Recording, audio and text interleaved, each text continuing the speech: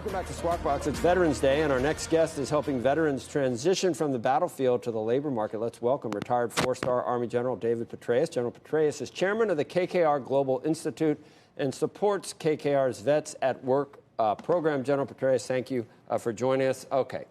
In the last year, since last Veterans Day, how many hires? Over 15,000 by the companies that are in KKR's portfolio. The grand total now of the Vets at Work program in terms of hiring veterans and their spouses, because we focus on them as well, is 77,600. That's incredible. It's a great program. Oh, thanks. So it's how many employees overall? That's starting to overall. It's around the world. It's probably 800,000 or 900,000. We own well over 100 companies at any given time and have minority stakes in another 50 or 70. So it's a pretty substantial portfolio.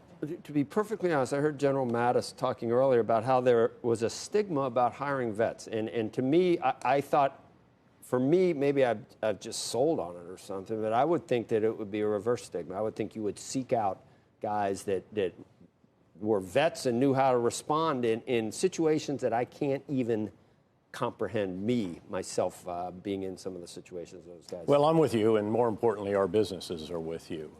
The businesses, I think, for a while thought it was the right thing to do to hire veterans.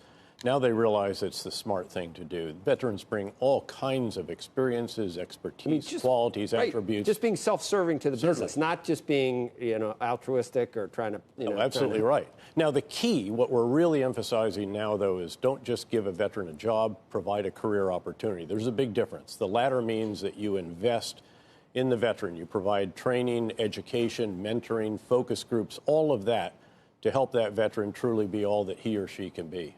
With that said, we are well aware, and it's heartbreaking that to get back into society, sometimes it's difficult for veterans. One of the reasons I would imagine is because they don't have a fulfilling career at that point. So that could be part of it. Does that follow that? But does that trouble ever follow them into the job?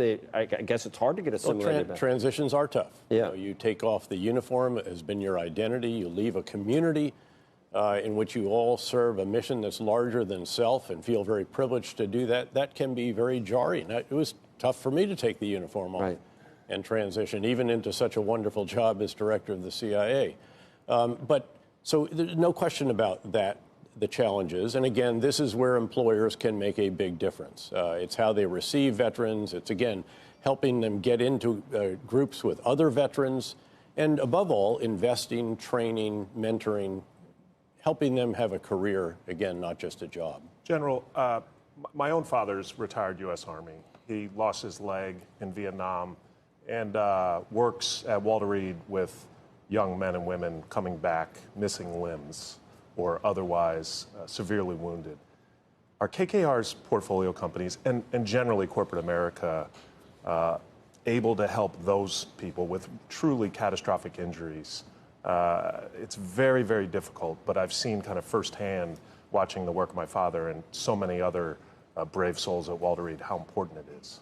Well, it's hugely important, and obviously it depends on the nature of the disability. Is there a function that can be done by these individuals? And as we see throughout society, the answer to that often is yes. Not in every single case, clearly, but in many cases, the answer to that is yes. And again, employers have to make that effort.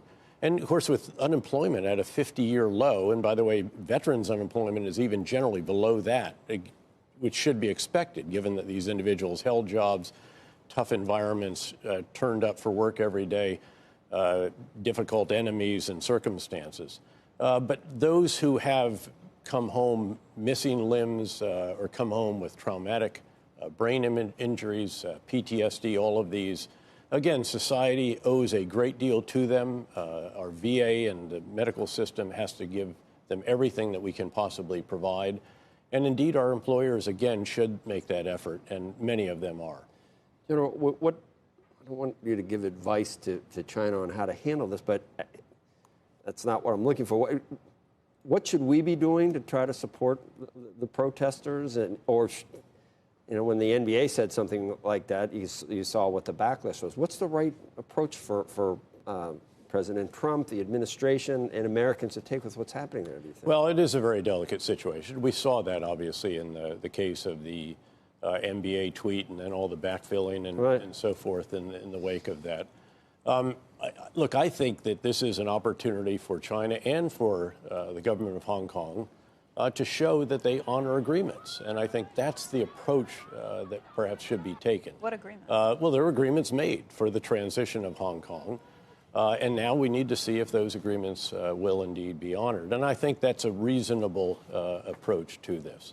And I hope, by the way, that in the weeks, months that lie ahead, also, U.S. and China can indeed resolve the differences and get the phase one trade agreement done. Obviously, they now have to find a location in which to do that, since the meeting will not be held in China.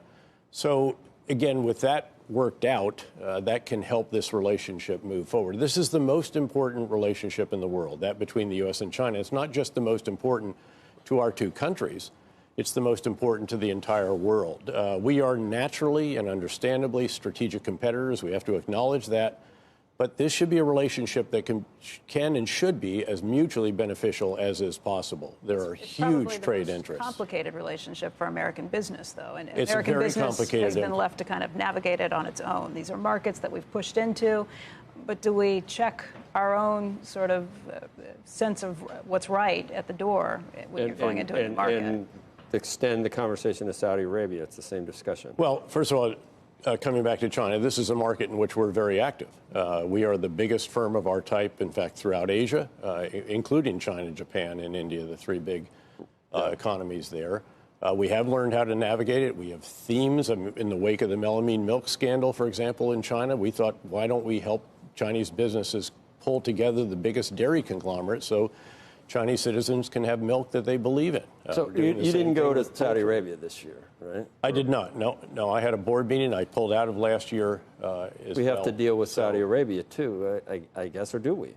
Well, look, I think the big issue, in fact, for the Kingdom of Saudi Arabia and for Vision 2030, which by and large we should want to see succeed, we very much want to see the path of reform continue. But, of course, along that path, there have been these divergences that have caused real reservations by business leaders, not the least of which was the gruesome murder of Khashoggi. There have been other events as well. But there have recently spying spies at Twitter. Certainly, yeah.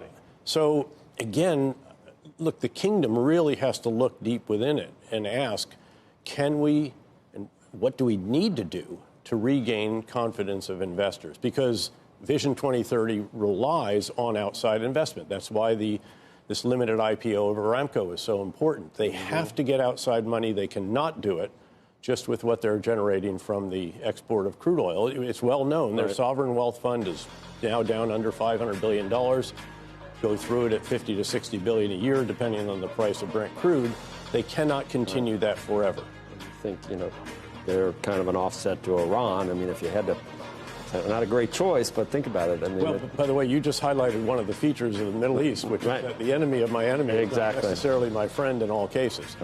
We should want Saudi Arabia to succeed, and we should be giving them advice and assistance and so forth. But that has to be fairly forthright with them. I have offered some of this to very high-ranking individuals in the government. That's the cornerstone or the keystone or whatever of the Gulf region and really beyond. Their influence is huge. And if they can go down a path of moderation, which is generally where they're headed, women driving, no longer having the guardian rule for women and so forth, that would be very, very helpful in the region and indeed in the world. General Petraeus, thank you for being with us, especially today on this Veterans Day. A great annual tradition we have. Thanks. And thanks to all the veterans who are out there and who will be honored on the streets of New York today.